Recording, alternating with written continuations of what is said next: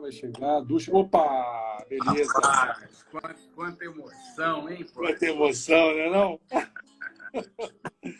Que prazer, cara. Deixa eu botar esse celular aqui de uma maneira boa, que eu quero ficar com a mão livre, porque eu estou esperando muitas perguntas. Eu quero anotar as perguntas aqui. Como é no celular, fica meio ruim. Deixa eu baixar esse som aqui, que eu estava botando um sonzinho aqui para relaxar. Mas e aí, tudo bem? Tudo ótimo. E contigo, Binato? Tudo ótimo também. Graças a Deus, graças a Deus. Eu vou te apresentar rapidamente. Foi bom a gente entrar junto, a gente é amigo já de longa data. Só quero fazer a minha forma de me referir a você. E aí a galera vai participar também. Meu cunhado está aqui, Renato Conzen, que é um cliente nosso, amigo de longa data, também está aqui. Doutor Micael, lá de Juiz de Fora, também está aqui. Tem uma galera da pesada, viu? Tem o pessoal do Donos de Empresa também, muito legal. Uma turma do bem aí demais. Então, galera, boa noite a todos.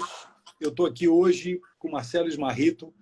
Marcelo Smarrito foi meu professor na Fundação Getúlio Vargas. Graças a ele, eu adentrei a GTV para começar a dar aula lá no curso de Marketing Estratégico, na cadeira de CRM, DBM Call Center. Marcelo Smarrito foi diretor-presidente da Teleperformance. Graças a ele, eu fui CEO dele lá durante um tempo. E o melhor qualificador do Marcelo é que ele é meu amigo também, né? Quer dizer, já não bastasse tudo isso que ele já fez na vida e outras coisas que ele vai contar durante a live, ele é um cara muito próximo, uma pessoa com quem eu tenho uma liberdade um respeito muito grande. E é um dos 4 caras da minha vida profissional que eu menciono no meu prefácio, no livro que eu escrevi, a quem eu devo muitos agradecimentos aí. É o Marcelo e mais 3 caras só. Então, Marcelo, é uma honra enorme estar contigo, um prazer tremendo. Principalmente nesses dias onde, por nós já nos conhecermos já de alguma data, né? Nós sempre conversamos muito sobre a questão do desenvolvimento humano, das pessoas, de como que pessoas fazem a diferença no ambiente de trabalho, nos negócios ou na geração de resultados. A gente está vivendo um momento extremamente diferente de todas as opções, oportunidades que tivemos na história da humanidade, um paradoxo que envolve o coletivo e o individual. Então, eu queria começar esse bate-papo, primeiro te agradecendo, segundo pedindo para você se introduzir na massa aqui na galera, e terceiro, procurando me passar e passar para a gente a tua visão do seguinte: o que estamos aprendendo agora e como é que vai ser o mundo depois que essa pandemia passar. Bem-vindo, amigo. Pô, Binato, assim, é um prazer enorme estar aqui hoje com você. Assim, eu já nem me lembrava, rapaz, que a gente tinha trabalhado junto na Teleperformance. Cara. Com aquela brincadeira lá no meio de uma confusão danada. Foi, assim, momentos emocionantes, né? Bota emoção nisso. Pois é, uma experiência inacreditável. Mas, voltando para... Assim, antes de tudo, muito obrigado pelo convite. Prazer meu. Estar aqui com você é um prazer, assim, ter visto, assim, conhecendo você, a tua dedicação e vendo a tua trajetória, e hoje vendo você como um dos principais coaches do Brasil, assim, isso me deixa orgulhosíssimo. Assim, o teu instituto, para mim, assim, é um dos maiores cases de sucesso. Eu vi uma ideia nascer e se transformar, talvez, hoje no instituto líder, pô, de construção de coach no Brasil. Isso é um privilégio poder ter feito parte dessa história e me sentir realmente teu amigo. Eu acho que o meu maior ganho foi essa amizade que ficou, né, Luiz? Assim, Perfeito. Para pensar exatamente nisso, assim, nesses legados que a vida traz para a gente. Mas, assim, conversar sobre o momento atual, para mim, tem sido difícil. Como um planejador, como um estrategista, como um ex-presidente de empresa, um atual conselheiro, fazendo parte de board de companhias. Eu devo estar fazendo parte de uns 3 ou 4 comitês de risco hoje, assim, importantes, assim, com 18 milhões de clientes, com operações críticas. Eu vou dizer uma coisa, assim, começou o 2020 com praticamente todos os planejamentos estratégicos definidos e ninguém, mas ninguém, jamais imaginou a possibilidade de considerar alguma coisa parecida como contingência de uma crise com algo perto do que a gente... Então, assim, é um precedente, é um momento sem precedente. Assim, a história, ela vai furar, né? Acho que a gente vai furar essa onda vai ser furada, mas está vivendo um precedente. Ele assustou, Assim, eu acho que a gente toma um susto e a gente começa a deixar a poeira baixar, começa a entender quais são os movimentos a serem tomados. Uhum. Mas eu vou te dizer, meu amigo, foi um susto. Assim, o susto está aí, ele está instaurado, assim, as situações estão controladas, mas a situação, assim, ela não tem precedente. E também não é trivial. Perfeito. Não é mesmo? E por não ser trivial, está exigindo de nós, e até conversei sobre isso com o Eduardo Rachid, que é um consultor de primeira linha também, que me convidou para uma live semana passada, a gente está criando uma corrente do bem aí, por não ser trivial, ela também não vai gerar resultados triviais, né? Hoje eu estava lendo uma entrevista que o Birman, Daniel, eu esqueci o primeiro nome, Alexandre Birman, se eu não me engano, CEO da Arezzo, quando ele percebeu o movimento da Covid, o que ele fez? Ele fez um aporte de 500 milhões de reais no caixa, pegou dinheiro para aportar no caixa, botou metade da galera já em licença, em férias, e fortaleceu o online, fortaleceu a turma de vendas dele lá, e conseguiu tirar um bom resultado desse negócio, né? Então, uma coisa que eu tenho percebido muito é que a velocidade de resposta para um mundo em constante transformação. E quando a transformação é muito veloz, a velocidade de aprendizado e resposta tem que ser tão veloz quanto. Onde até defendo a ideia de que o cognitivo é mais importante do que o acúmulo de conhecimento. A capacidade de cognição é mais importante do que todo o conhecimento que eu já tive acumulado na minha vida. E a partir daí, a gente começa a ver que as pessoas estão começando a se preocupar muito mais, ou muito menos com metodologias, e muito mais com elementos que estabelecem relacionamento humano. E você, como é um cara que eu conheço, que tem um viés de relacionamento muito forte, talvez um dos teus grandes, de vários talentos que você tem, talvez um dos grandes talentos que você tem seja essa capacidade de conectar com pessoas. Como é que você está vendo essa oportunidade que as pessoas estão tendo, ainda que dentro de organizações hierárquicas e cheias de estruturas? Que aprendizados você acredita que as pessoas podem vir a ter com esse novo momento, onde as relações entre chefes e chefiados, líderes e liderados começam a ter que mudar? Então, você estava falando das relações, né, entre líderes e liderados, está mudando. Eu estava comentando sobre essas relações entre líderes e liderados, elas mudaram. Assim, eu acho que derrotada, que traz o mindset digital,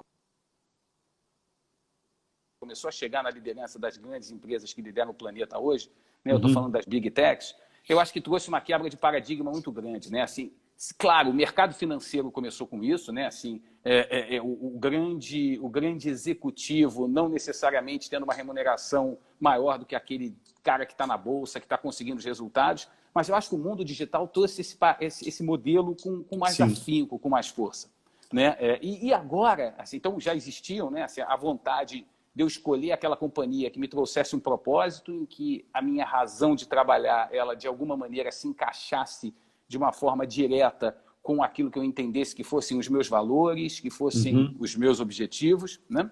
E agora eu acho que esse paradigma que está acontecendo, esse mundo que está acontecendo, está colocando cada um no seu lugar, cada um no seu tempo. Você perdeu a referência do 9 to 5, né? Assim, se ele já não existia agora, então ele se prova que ele não precisa existir mesmo, né? Totalmente.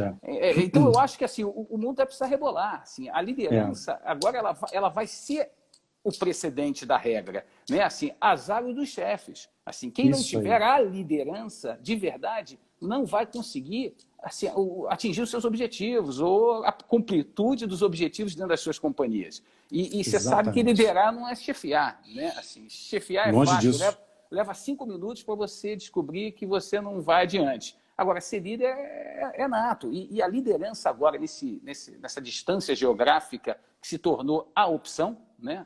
É a única opção, ela passa a ter precedente realmente. Né? Amanhã, feriado, dia 21, a gente trabalha ou não trabalha, tem agenda ou não tem agenda, como é que funciona? Mas eu estou em casa. Assim, Binato mudou, entendeu? Mudou muito.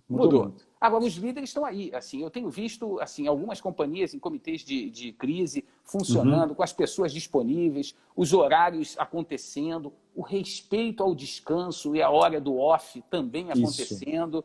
Assim, o ser humano é fantástico. O ser humano ele consegue encontrar o equilíbrio. E eu acho que o equilíbrio está sendo encontrado de uma forma muito diferente e interessante.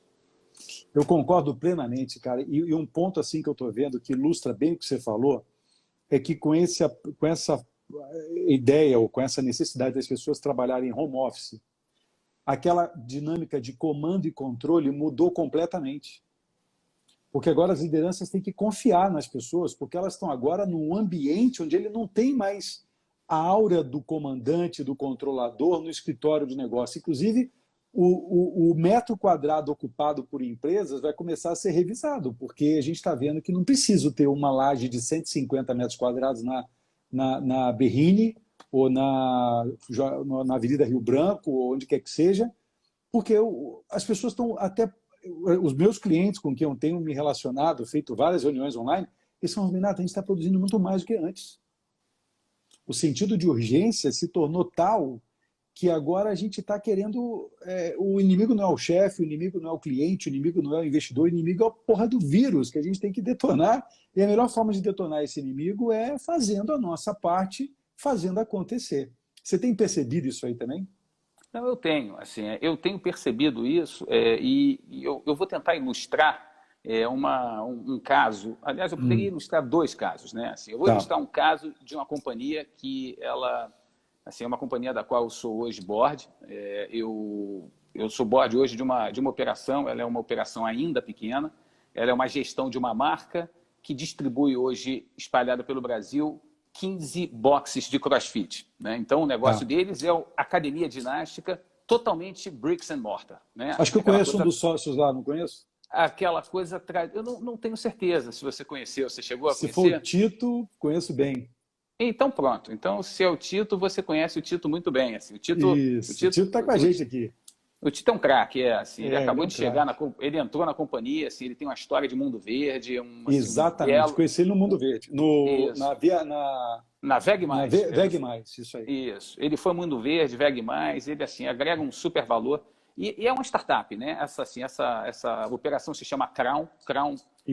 Ela traz a história do CrossFit. E o Tito, ele... Assim, o Tito, né? Assim, essa operação, ela nasceu de boxes de CrossFit presenciais, não é? E, de repente, o pessoal acordou no dia seguinte com as boxes fechadas, né? Assim, com a possibilidade até de abrir, mas com a imprudência de você criar os conglomerados de pessoas juntas, o que seria absolutamente leviano, né? Então, assim, a decisão dos sócios foi imediata em fechar a operação, mas onde eu quero chegar foi assim, que a história do limão faz uma limonada. Uma das grandes discussões que existia era, puxa, vale a pena fazer uma operação digital, vale a pena montar um app, vale a pena dar aula online? Isso daí ficava sempre a segundo, terceiro, quarto, quinto momento nas discussões tradicionais de planejamento estratégico da Crown, porque a empresa estava crescendo, né? Já eram 15 boxes, um pipeline de 25 boxes para serem abertas, que estão em negociação. Então, assim, o negócio indo super bem, a velocidade fantástica de crescimento, e de repente os caras tiveram que fechar tudo.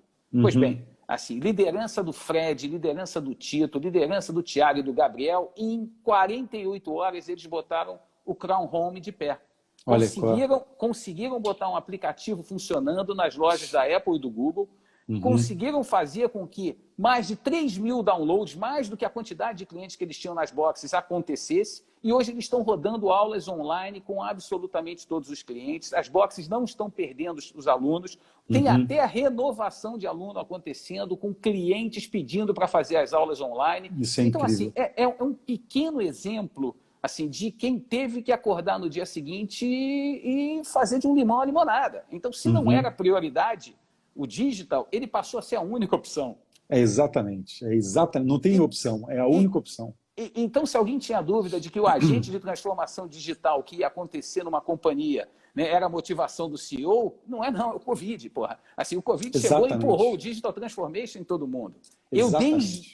Minato, desde 2016 eu venho falando com empresas de bilhão de faturamento, com centenas de milhões de clientes, que elas têm que pensar em Digital Transformation, que elas têm que pensar em trabalharem de uma forma lean, de uma forma ágil, de uma forma dinâmica. Algumas fizeram. Outras estavam até hoje discutindo o sexo dos anjos. Todas aquelas que fizeram, elas estão hoje agradecendo por aquela decisão tomada lá atrás. Mas não foi porque a gente montou um aplicativo ou a gente criou uma solução. Você sabe por que foi? Pelo que você acabou de falar anteriormente. Porque elas instauraram dentro das suas companhias uma cultura do digital.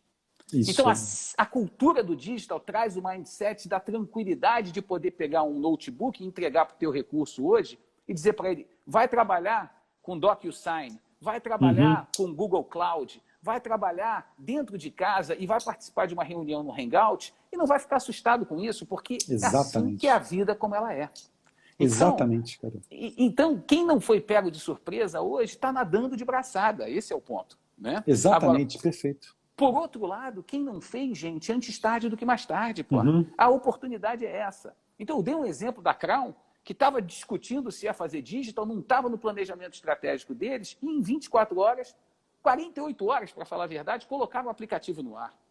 Eu vou dar um outro exemplo. Isso é impressionante. Assim, eu faço questão de dar um outro exemplo também, porque é uma operação que eu admiro muito. Né? Claro que você deve, o pessoal todo aqui hoje ouvindo a gente, e você com certeza, Binato, conhece o Grupo Trigo. Né? Sim, o Grupo Trigo, Dominus, eles têm a operação do Cone, eles têm a operação... Né? Assim, é uma operação de franquia gigantesca, né?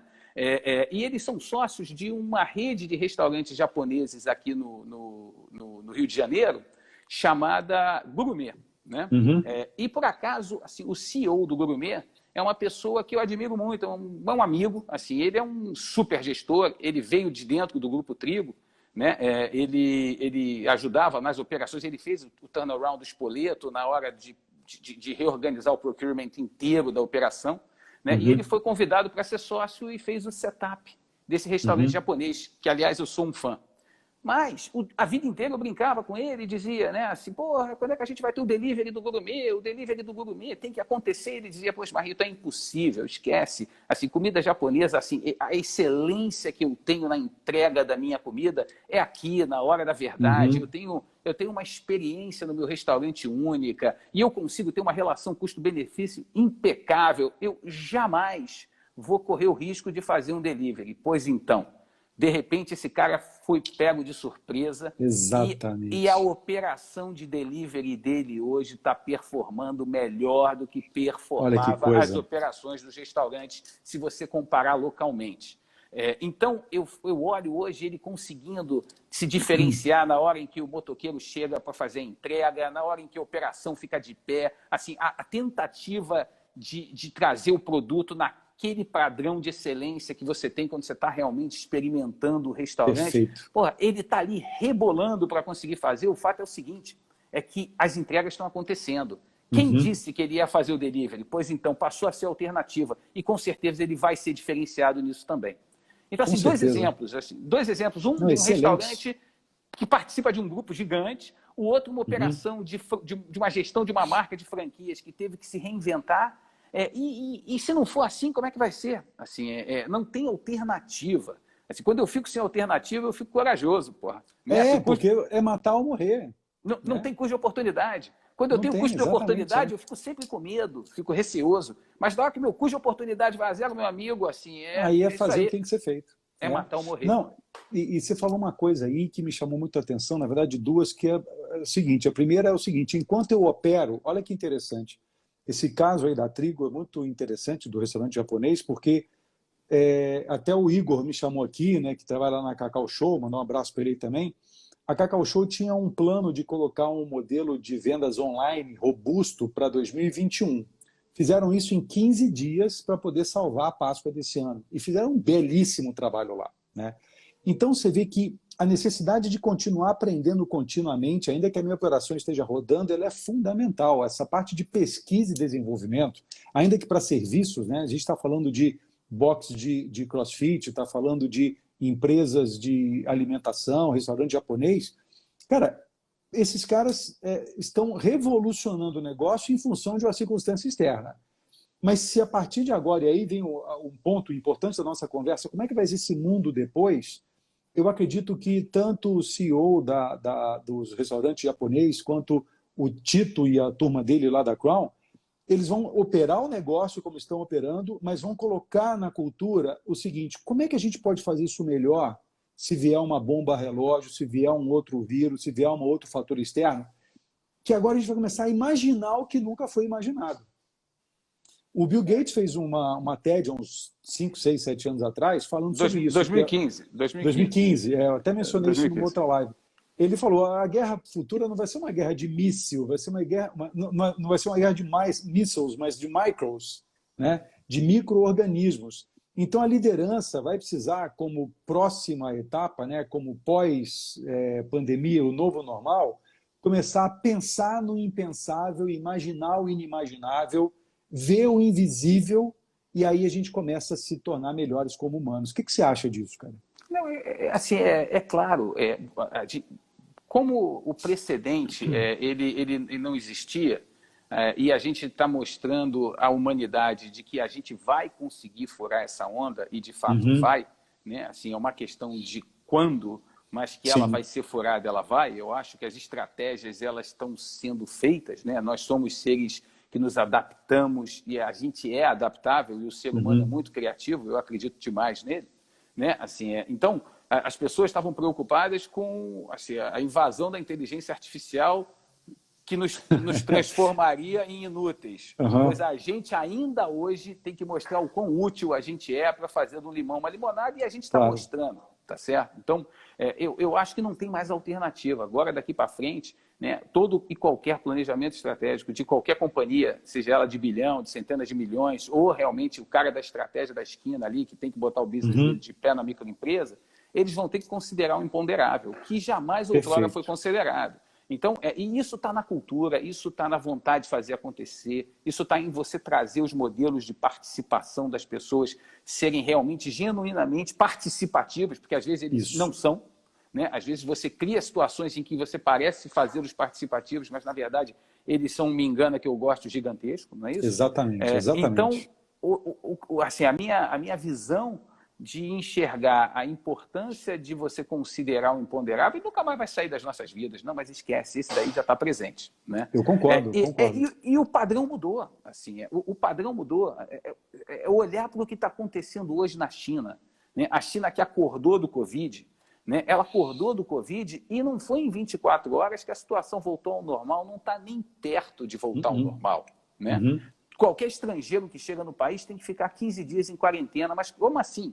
Como é que eu fico 15 dias? Então, se eu for viajar para a China, eu tenho que ter no mínimo 30 dias de viagem para poder ficar 15 esperando para poder ser autorizado, para poder entrar no restaurante? Isso. Aí, se eu for no restaurante, eu também não posso sentar mais de 4 numa mesa, porque é lei. Então, se eu tenho uma família de 4, eu tenho que sentar eu e minhas 2 filhas, e minha esposa senta separado, ou eu sento separado, enfim, a gente divide 2 e 2, porque o padrão passou a ser um padrão diferente.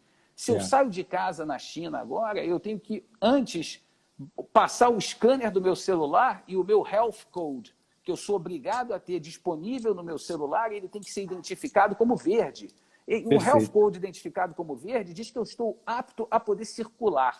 E se eu tenho um health code amarelo, significa dizer o seguinte: você deveria estar em quarentena, por favor, volte para a sua casa. Eu não sou autorizado a entrar em lugar nenhum. E se eu tenho um health code vermelho, eu tinha que estar no hospital. Então, calma. Exatamente. Se eu começo a ter esse nível de vigilância e controle, de alguma forma eu já trago um paradigma diferente.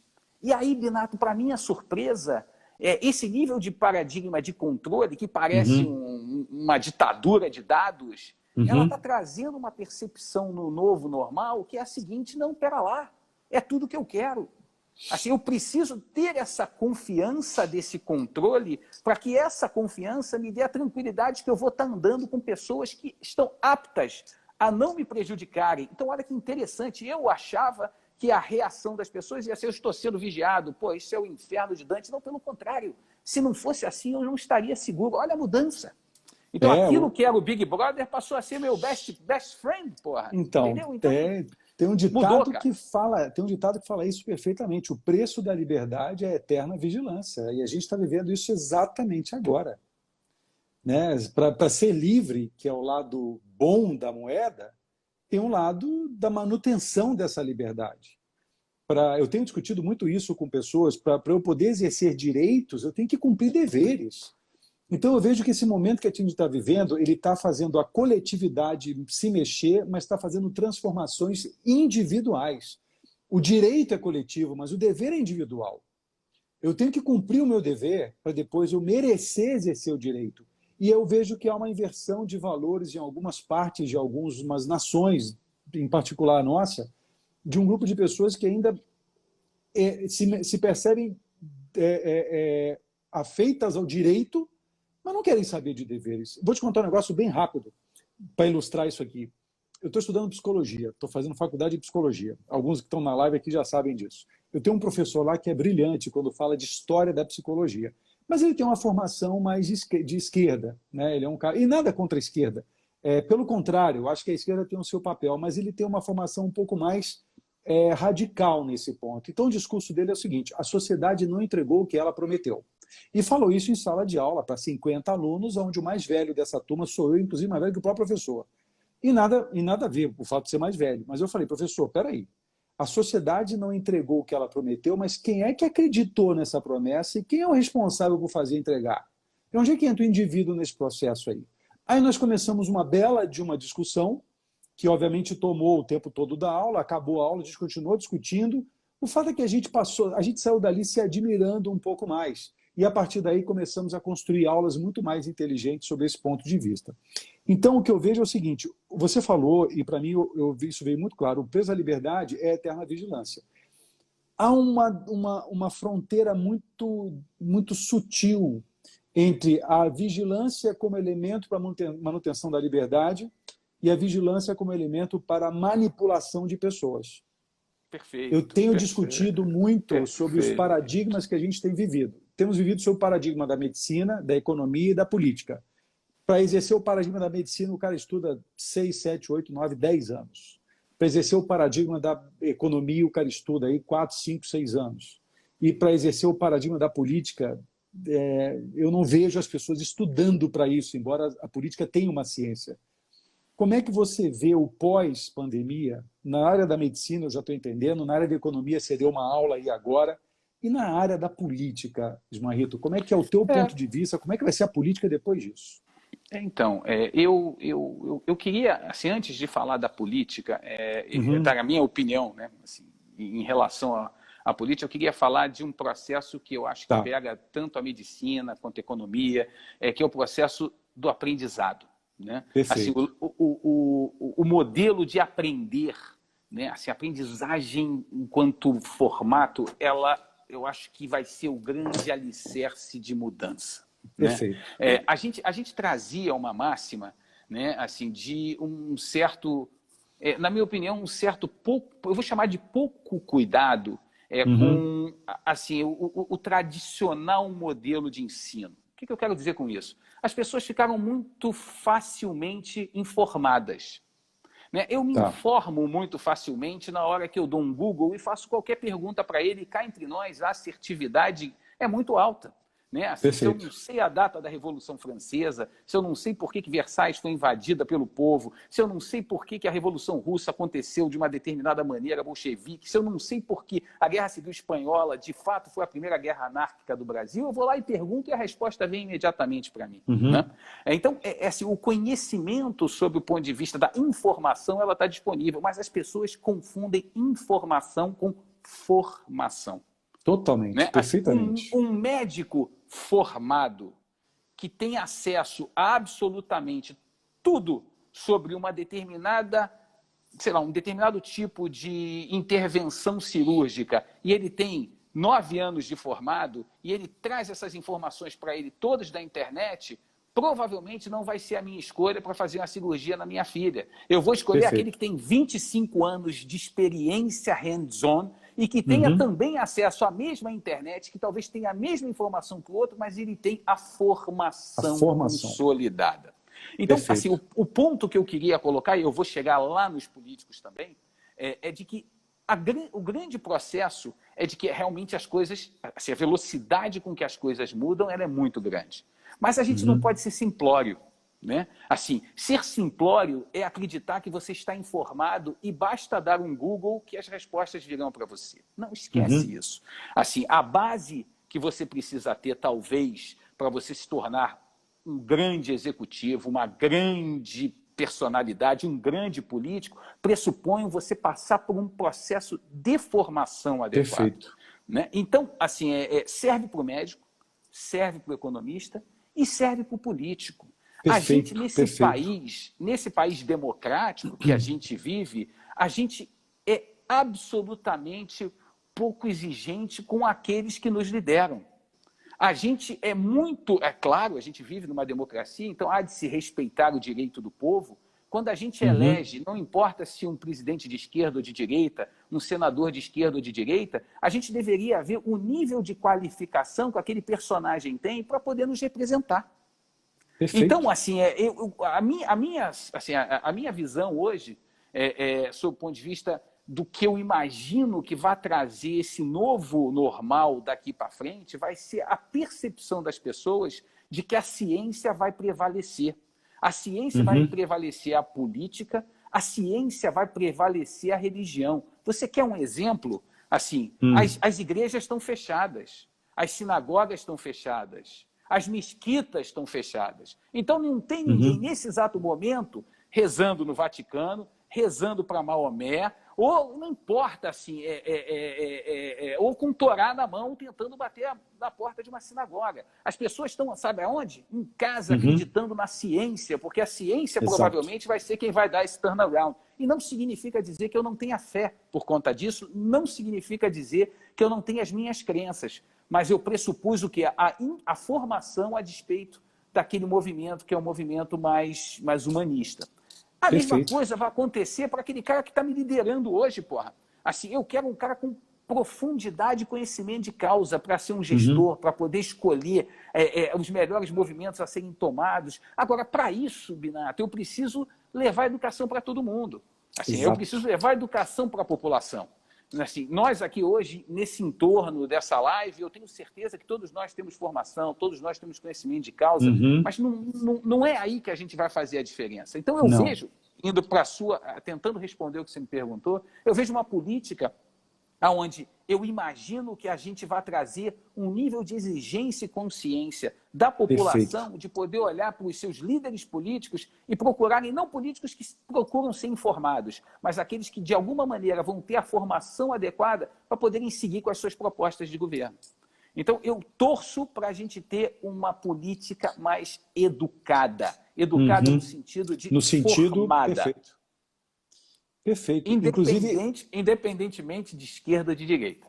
Claro, lógico. E isso faz total sentido. Até porque isso que você acabou de descrever vai dar espaço para uma sociedade muito mais merecedora dos seus direitos, porque cumpre os seus deveres, e vai acabar com um negócio que se instalou, que é uma defesa, uma torcida de contra ou a favor de A, B ou C. Hoje eu vejo pessoas torcendo por um político e outras pessoas torcendo contra um determinado outro político. Ou seja, a energia que está se colocando não é para melhorar o país, mas é para defender um ponto de vista ou outro. E isso eu acho que foge do discurso da ciência. E quando você fala que a ciência vai prevalecer, talvez seja a própria ciência que está permitindo a gente orar e participar dos nossos cultos religiosos através da própria tecnologia. Foi uma cena assim, que a humanidade nunca mais vai se esquecer, o Papa fazendo uma missa sozinho na Praça São Pedro ali, e o mundo inteiro assistindo aquela missa através da tecnologia. Então, ciência e religião não necessariamente são excludentes. Elas são complementares. E eu acredito que esse momento está nos ajudando a perceber isso. Eu acho que na era industrial a gente brincou de Deus, a gente transformou, fez acontecer, tomou conta da natureza, tomou conta do mundo. Na era do conhecimento, a gente começou a ver que isso não era bem assim. Eu gosto muito da ideia de estarmos adentrando na era da consciência, onde a consciência diz o seguinte: olha, tem uma parte que me cabe. Eu tenho que ir lá, arar a terra, colocar a semente, tampar a terra e fazer o que tem. Mas tem uma parte que não cabe a mim. A chuva não sou eu quem manda, o sol não sou eu quem manda. Há uma série de coisas que pervade o conhecimento humano e passa por aquilo que eu não sei, por aquilo que nos é inconsciente, por aquilo que não nos é de domínio. E aí eu acho que o homem encontra um pouco da sua autorresponsabilidade no processo e da responsabilidade que cabe àquela força vital que nos rodeia. Isso faz sentido para você de alguma maneira? Não, total. Assim, eu acho que a gente começou a trazer, de novo, independentemente da escolha política ou da religiosidade, a gente está trazendo uma autorresponsabilidade que alguns, de certa forma, confundem essas novas atitudes de autorresponsabilidade com os nomes mais patéticos que possam existir sob o ponto de vista de rótulos, que eu já vou falar. Porque veja a seguinte situação e o seguinte exemplo, e o exemplo é real. Né? Em determinado momento, aqui no Rio de Janeiro, eu moro num condomínio de casas e assim, um personagem aqui do meu condomínio me procurou e me motivou a raciocinar com ele como é que a gente poderia ajudar algumas pessoas de uma comunidade que a gente tem aqui perto de poderem ser ajudadas com a seguinte resolutiva: nós queremos ajudar pessoas que estão desempregadas. Eu vou dar um exemplo. A minha funcionária aqui de casa, apesar delas não estar vindo, ela tem uma frequência de visitas diferentes, ela está empregada, porque eu consegui, graças a Deus, mantê-la ativa. A mesma coisa serve para o meu caseiro. Mas a gente tem algumas pessoas da mesma comunidade, inclusive que ela mora, que estão desempregadas. Por quê? Porque são pessoas que dependiam dos seus negócios do fluxo de ir e vir, e que não está existindo mais. Então, o cara que vendia cuscuz na esquina não está conseguindo mais vender o cuscuz porque não tem mais pessoa passando para comprar. Perfeito. E assim vai. Né? Assim, a manicure não consegue mais fazer unha, a depiladora não consegue. E sucessivamente a gente percebe, né, que assim, esse proletariado está sofrendo as consequências dessa readequação temporária dessa quarentena que a gente está fazendo. Bom, a decisão foi a seguinte: vamos levar lá para a turma uma comida e vamos nós aqui nos cotizarmos de levarmos uma quantidade de comida para essas pessoas para que elas possam ter a tranquilidade. O que é a tranquilidade? De saber que não vai faltar comida. Se a gente ficar um mês, eles vão ter a comida. Se ficar em 2 meses, eles vão ter a comida. Se ficar em 3 meses, eles vão ter a comida. Eu não posso fazer isso para 1 milhão de pessoas. Mas a gente conseguiu se mobilizar e a gente adotou 350 famílias e essas 350 famílias têm a paz de saberem que, apesar de ele não... Então, o que eu quero dizer com isso? Que eu sou comunista? Não. Talvez me chamasse... Não, mas assim, que eu sou Lula lá, que eu sou de esquerda, que eu tomei uma posição socialista, que eu... Não, assim, qualquer pessoa, em qualquer situação do planeta que tenha autorresponsabilidade, vai pensar que a sua liberdade vai até onde você consegue colocar o dedo no outro e vai perceber que é sua obrigação fazer isso. Sabe como é que se define isso por aí? De comunismo, de socialismo. Então, assim, separe essa, desculpa, babuzeirada toda que o povo fica dizendo por aí, de esquerda, de direita, de centro. Coloca a mão no coração e pense em que a gente tem que globalizar a política, que a gente tem que globalizar as atitudes mundiais. Assim, porra, o cara foi comer o pangolim lá na China e a gente está em quarentena aqui no Brasil, porra. Assim, então, vai acontecer a mesma coisa com climate change. Vai acontecer a mesma coisa com emissão de carbono. Vai acontecer a mesma coisa. Se a gente não cuidar do meio ambiente, a gente vai pagar esse preço. Então, a autorresponsabilidade daquilo que eu posso fazer. Eu não vou sair na rua para que a minha manicure possa sair, o meu pedicure possa sair, que o depilador possa andar, que o barbeiro possa trabalhar e que a gente consiga, na média, garantir com que as pessoas sobrevivam. Isso eu chamo de autorresponsabilidade. Então, e a você vê que... autorresponsabilidade... Pois não. Não, fala aí. Eu quero fazer só um... Ela não é trivial. Assim, as pessoas confundem. Assim, qualquer Estado que eu chamo aqui, qualquer governo que tivesse uma atitude como essa, ia ser taxado como o quê? Marxista, socialista, comunista, né? E comunismo, porra, assim, o cara come criancinha, né? Porra, o comunista ele vai lá e come a criancinha, né? Porra, com garfo e faca, porra, é um perigo gigante. Ah, porra. Então, gente, vamos acordar, assim, sabe? Vamos acordar e vamos parar, assim, de trazer governantes idiotas, imbecis, mal formados, não importa se eles são de esquerda, de direita, de centro. Vamos escolher direito aqueles caras que a gente quer que votem para as nossas leis. Porra, assim, vamos escolher direito os nossos governantes. Vamos colocar pessoas que liderem o país com conhecimento de causa, com formação. Formação. Isso, é isso que eu queria falar. Formação quando você falou se consegue no Google. Perfeito. Quando você falou de autorresponsabilidade, toda a construção do raciocínio que você fez, você colocou a autorresponsabilidade como fruto, talvez um dos principais frutos de uma formação. Porque só um ser formado nesse nível de profundidade, que eu acho que é possível, que é viável e é execuível, é capaz de entender que o dever vem antes do direito. Claro. A autorresponsabilidade é um dever. As pessoas informadas, e informadas de uma maneira até meio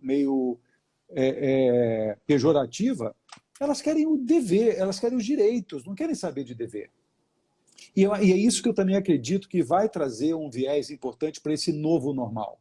O papel da educação tem que mudar. Você conhece isso muito melhor que eu. As indústrias todas do mundo, se transformaram. A indústria da educação ainda não se transformou. Ela está se adaptando ainda, ela não teve grandes transformações. Binato, mas o cliente... Só para dar um exemplo, eu estou fazendo aula, eu falei, né, de psicologia, eu tenho 2 professoras lá que não têm ideia do que fazer com o Zoom, com o Skype, com o MS Teams ou coisa do tipo. Eu estou fazendo uma assessoria a elas ali de digital, personal digital, né, como se eu pudesse fazer isso. E elas falam para mim, porque eu passei muitos anos dando aula em sala de aula, e você sabe, na minha idade, professora, quantos anos a senhora tem? Eu estou com 49, professora, eu tenho 54, professora, vamos aí, vamos parar com isso, se a senhora ensina, seu principal legado é aprender. Quem ensina tem que aprender. E elas falam, pô, Luiz, você está certo, eu vou começar a ficar mais esperto em relação a isso. Então, essa transformação, cara, ela é fundamental para a adaptação, que é fundamental para a sobrevivência, que é fundamental para a prosperidade. Não é? Esse conceito de aprender do long life learning, né? Esse processo de você aprender continuamente, assim, ele é uma máxima, assim, ele tem que estar presente. Mas, de novo, eu insisto na tese, eu vou repetir, assim, a formação ela não acontece em 24 horas, ela leva tempo. Você não junta 9 mulheres para fazer um filho em um mês, leva 9 meses para nascer. Senão, você conseguia fazer com 9 mulheres um filho em um mês. E não vai, não adianta. É uma aberração. É verdade. Então, o processo ele precisa acontecer. Mas, por outro lado, a gente tem que educar o consumidor da educação. Eu vou te dar um exemplo agora de uma situação, Binato, que aconteceu, onde eu tive a oportunidade de acompanhar como telespectador, né? Assim, de uma discussão no grupo da escola das minhas filhas, onde alguns pais estavam exigindo dos professores um determinado tipo de comportamento que sequer eles conseguem ter dentro de casa. Você imagina, o cara é um professor, o cara está tendo que inventar o EAD, né? Assim, eles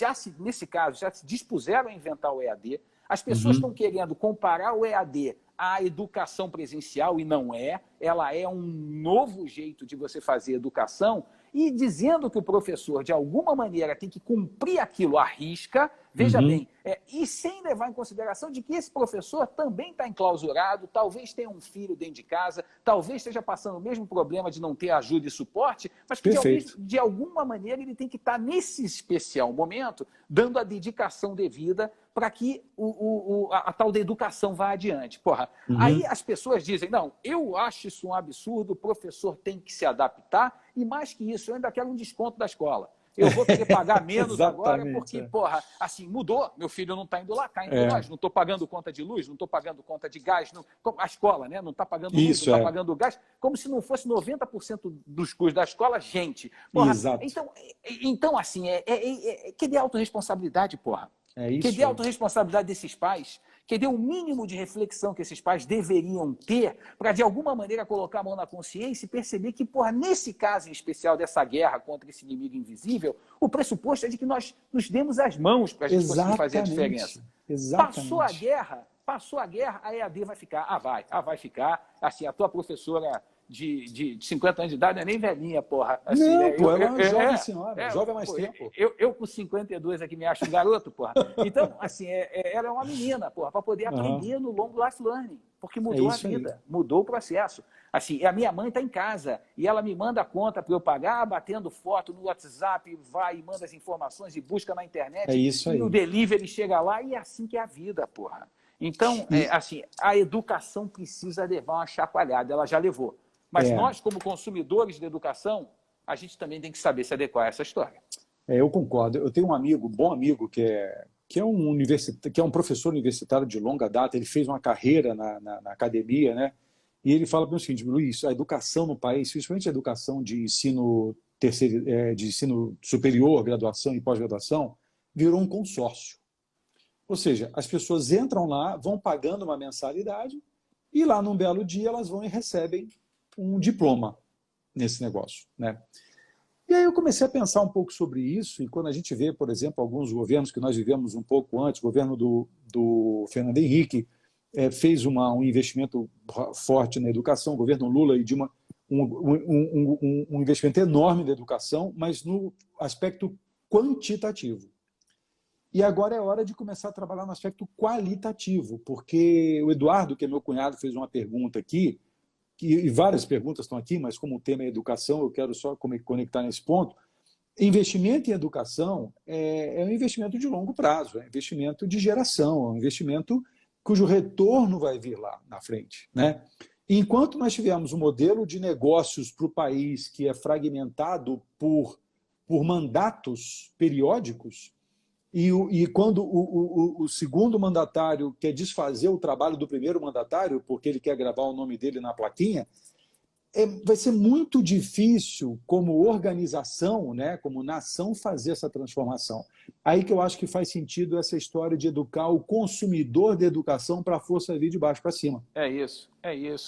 A gente não tem controle no modelo presidencialista. Assim, ele roda de 4 em 4 anos. Agora, a gente tem a obrigação de saber escolher quem a gente quer colocar lá para que a continuidade aconteça. Então, assim, quando eu olho para uma China hoje, né, onde eu sei que 4% o índice de analfabetismo naquele país, ou seja, 96% da população chinesa é alfabetizada. E de 1 bi mais fácil. E 1,4 milhões de pessoas. 1,4 bilhão de pessoas. Não é 300 então, milhões, 200 milhões. Aí vão dizer o seguinte, os caras fazem porque o governo manda, senão o bicho-papão do comunismo vai lá e pega eles. Pelo amor de Deus, entendeu? Os caras são educados, os caras têm formação, os caras têm conhecimento, os caras sabem o que é ciência. Então, independentemente de mais rigidez ou menos rigidez, não importa, assim, o processo está aí, o segredo é educar.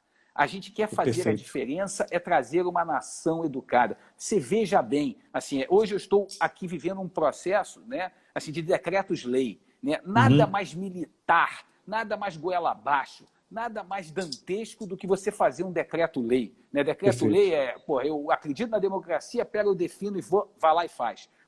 Assim, independentemente disso, quem vai decidir se o mandato do decreto-lei pode funcionar é o Senado. É o Senado e é a Câmara. É a Câmara que eu escolhi. Essa Câmara de Deputados que eu coloquei lá não pode ter um palhaço, não pode ter um gozador, não pode ter o tiririca, não pode ter o cara do circo, porque é esse cara Macaco que na Simão. hora da...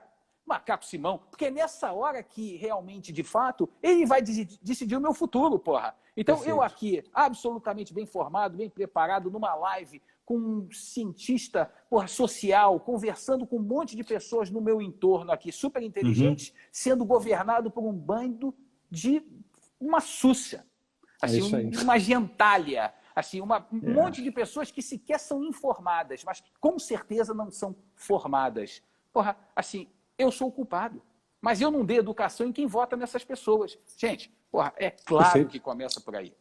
Perfeito, é exatamente aí que começa. Esse é o chamado first move. Show de bola. É isso o aí. primeiro movimento deveria ser esse, assim, a minha visão. Perfeito, perfeito. Marcelo, olha só, com 59 minutos e 59 segundos, o Instagram derruba porque ele só permite a gente fazer uma live ou uma transmissão ao vivo por 1 hora. Ok. Então, olha só, vou fazer um resumo do que a gente conversou aqui e quero dizer para você, para as pessoas que estão te assistindo, que são teus amigos, que depois eu vou baixar esse negócio e vou mandar para você o arquivo para a gente guardar essa história, porque no Instagram fica só durante 24 horas. Mas eu consigo baixar essa live e vou te mandar depois o arquivo para você mandar para o pessoal. Então, você falou aqui muito bem feito, muito bem dito aí sobre o novo normal, né? Uma educação como raiz e combustível propulsor de uma nação, uma educação formal com base nisso, que vai fazer com que pessoas se tornem cada vez mais autorresponsáveis sobre o seu papel no mundo, entendendo que elas estão, sim, conectadas umas às outras. O movimento que eu faço aqui reverbera em você, reverbera no chinês, reverbera em todo mundo. E, a partir desse momento, aprender continuamente. Não dá para acordar e dormir sem ter aprendido nada. Não dá para fazer mais isso. Posso considerar esse o resumo da nossa conversa? Muito bem resumido. E eu estou vendo que tem uma turma grande aí comentando. Tem uma galera aqui. Assim, Binato, você pode deixar à disposição o meu e-mail para todo mundo. Assim, fala deixa aí, fala aí, pode falar. O e-mail é msmarrito@gmail.com.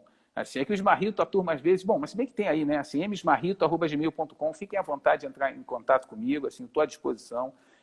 para tirar dúvida, para conversar. Eu acho que é isso, assim, é excelente iniciativa. Não imaginava que fosse ter tantas pessoas como você está tendo aí hoje, né? Aqui. Uma bagunça. Eu te falei que ia ser divertido, não falei?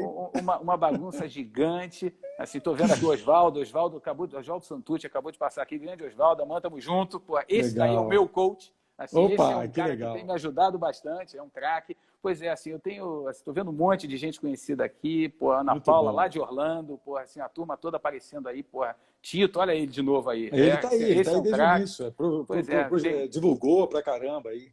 Tem uma turma grande aqui com a gente, Muito participando. Bom, cara. Eu vi que o Cadu entrou também. Assim, entrou. Teve um bocado de gente boa aí. Então, cara, troquei uma ideia com o Cadu, nós vamos falar sobre fake news daqui a 2 semanas. Depois você vai receber o convite aí. Opa, com prazer. Assim, vai ser muito legal. Essa dupla é muito boa. E acabei de ver a Ayrton de Salvador também passando aí, pela live. Tem uma galera. Tá cheio de gente boa aí, Então, tem meu sim, amigo, cara, olha, muito obrigado, viu? Espero ter te ajudado. Assim, foi um prazer. Assim, trocar contigo é sempre uma honra. Foi muito bom. Assim, fico lisonjeado de saber que você está estudando psicologia. Assim, Isso, me deu uma vontade danada, sabia, rapaz? Me deu uma invejinha, de ver que você é um cara que não para. Você é o meu exemplo de long life learning, É isso aí, cara. Tenho feito você isso. É incansável, parabéns. Valeu, cara. Olha, muito obrigado a você, muito obrigado a todo mundo que esteve aí presente, pessoal. Realmente a live hoje bombou, teve muita gente, um nível muito maior de pessoas assistindo. Certamente, quando baixar lá no Face, na comunidade de executivos que eu criei no Face, na comunidade de executivos que eu criei no LinkedIn também, isso vai reverberar lá. Tá bom? E, cara, obrigado mais uma vez. Obrigado aí a todo mundo que veio participar, tanto dos meus convidados quanto dos convidados do Smarrita. Agora são nossos convidados, isso é que é legal, né? Claro. Não tem mais o meu, não tem mais o seu, temos nossos aí, né? E isso é um processo de autorresponsabilidade. Você não precisava estar aqui, eu não precisava estar aqui, ninguém precisava estar aqui. A gente está aqui porque a gente quer. E quando a gente quer, bicho, ninguém segura. Ok? Só por isso. Maravilha, meu irmão, muito obrigado. Beijo na família, beijo nas meninas aí. De vez em quando eu vejo umas lives das meninas aí acontecendo. E as suas filhotas também estão lindas, assim, parabéns. Estão morando comigo, filhotas, namorada, todo mundo morando aqui, confinado. Que delícia. Tudo junto e misturado. Cara. Valeu, meu amigo. Obrigado, cara. Boa sorte. Obrigado a todo mundo aí pela live aí. Um abraço, gente. Valeu, cara. Abraço. Abraço aí para todo mundo, galera. Até segunda-feira que vem. Até mais, hein? Tchau.